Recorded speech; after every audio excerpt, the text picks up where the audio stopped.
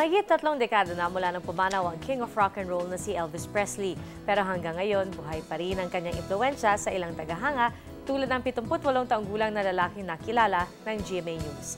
Balitang hati ni Vicky Morales.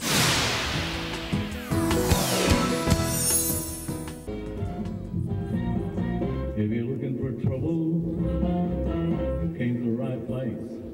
Sa bihis, sa galaw at sa boses, aakalain mong muling nabuhay si Elvis Presley. But if you're gonna start to rumble, don't you try it alone, because I'm evil.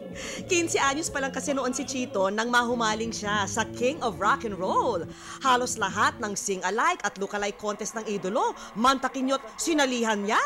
Hindi lang gwapo, kundi he has the voice is something he can sing ballad, rock and roll, gospel, country, practically anything he can sing. At saka pagkatapos, kahit na anong view mo tignan, gwapo talaga. 6-footer. Sa kanya na lahat. Hi, hello. Welcome to my Elvis room.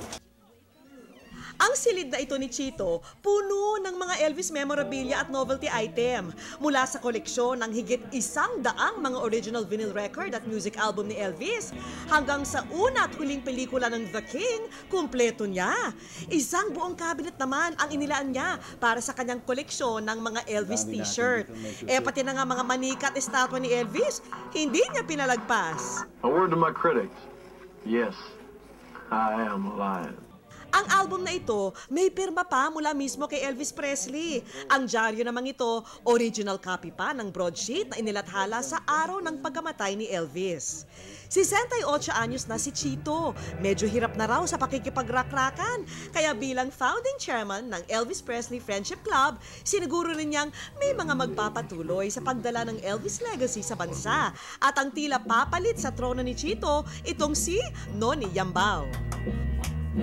When I walk through the door, baby, Full-time job ni Noni ang pagiging Elvis Presley tribute artist at nakaikot na sa maraming bansa sa Asia para mag-perform. As an Elvis tribute artist, kailangan ipakita mo sa audience yun talaga kung sino si Elvis Presley. You know, you can mimic him but you don't take him too much, too serious. Or otherwise, baka pagtawanan ka lang.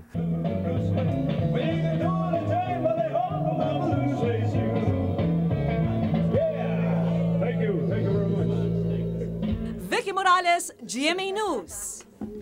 Susunod,